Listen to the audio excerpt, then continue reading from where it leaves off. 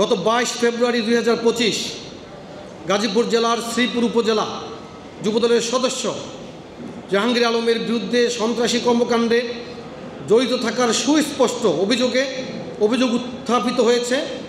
সংগঠনের অভ্যন্তরীণ তদন্তের মাধ্যমে অভিযোগের সত্যতা থাকায় জাহাঙ্গীর আলমকে প্রাথমিক সদস্যপদ সহ দল থেকে বহিষ্কার করা হয়েছে।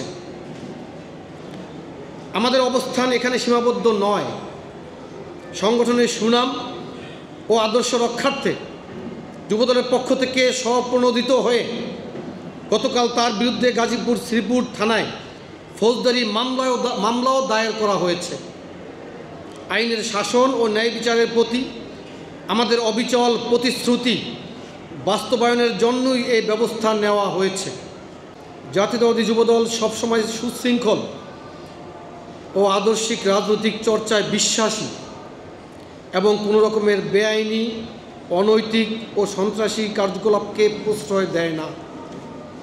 সংগঠনের আদর্শ পরিপন্থী কর্মকাণ্ডের প্রেক্ষাপটে জাতীয়তাবাদী যুবদল কেন্দ্রীয় নির্বাহী কমিটি কর্তৃক ইতোমধ্যে সারা দেশে প্রায় 60 জনের মতো যুবদল নেতৃবৃন্দকে শোকজ এবং প্রায় 140 জনের মতো নেতৃবৃন্দকে বহিষ্কার করা হয়েছে। এমনকি অপরাধীদের বিরুদ্ধে দেশের বিভিন্ন জায়গায় মামলা দায়ের করা হয়েছে। বাংলাদেশ জাতীয়তাবাদী দলের ভারপ্রাপ্ত চেয়ারম্যান জনাব তারেক রহমান দ্ব্যর্থহীন ভাষায় ঘোষণা করেছেন যে আমাদের দলে অন্যায় ও অপকর্মের কোনো স্থান নেই।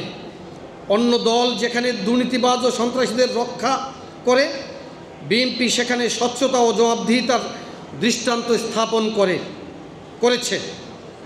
জনাব তারেক রহমানের এই ধীর নীতির আলোকে যুবদল জাহাঙ্গীর আলমের বিরুদ্ধে তার অনৈতিক কর্মকাণ্ডের জন্য কঠোর ব্যবস্থা গ্রহণ করেছে।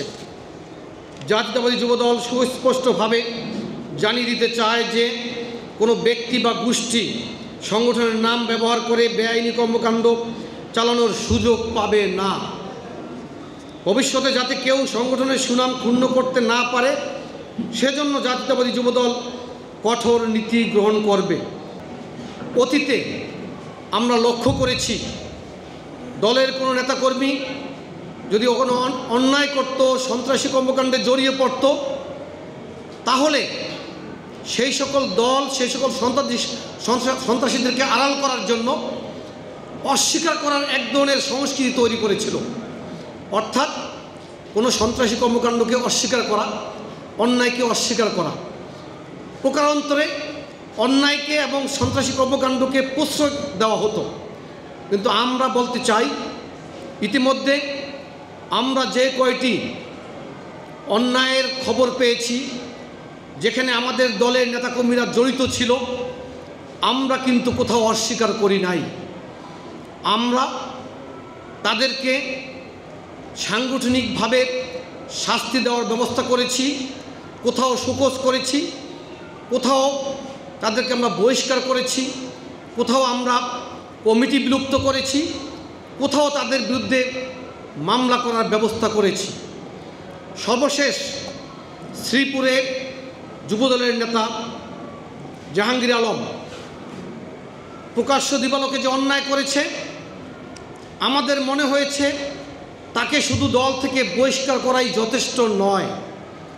এই কারণে আমরা গতকালকে তার বিরুদ্ধে ফৌজদারি মামলা দায়ের করেছি এবং তাকে গ্রেপ্তারের জন্য দাবি জানিয়েছি এবং গ্রেপ্তারের পরে তার বিরুদ্ধে যাতে যথাযথ আইনানুগ প্রক্রিয়ায় তাকে শাস্তি দেওয়া হয় তার জন্য আমরা সংশ্লিষ্ট কর্তৃপক্ষের কাছে ইতিমধ্যে আহ্বান জানিয়েছি।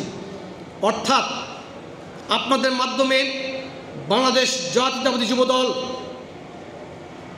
কেন্দ্রীয় কমিটির সভাপতি, সাধারণ থেকে সম্পাদক থেকে আরম্ভ করে যে কোনো ওয়ার্ডের একজন কর্মী পর্যন্ত প্রত্যেকের কাছে একটি বার্তা আমরা পৌঁছে দিতে চাই। জাতীয়তাবাদী যুবদলের কোনো নেতাকর্মী যদি কোনো সন্ত্রাসী কর্মকাণ্ডে কিংবা দেশবিরোধী বা মানুষের স্বার্থ পরিপন্থী কোনো কাজে নিজেদেরকে জড়িয়ে ফেলে, দল কিন্তু তাদেরকে কোনো ছাড় দিবে না। বিশেষ করে আমাদের প্রিয় নেতা, আমাদের সাংগঠনিক অভিভাবক জনাব তারেক রহমান এই ক্ষেত্রে এক বিন্দু ছাড় দিবেন না বলে ইতিমধ্যেই ঘোষণা করেছেন।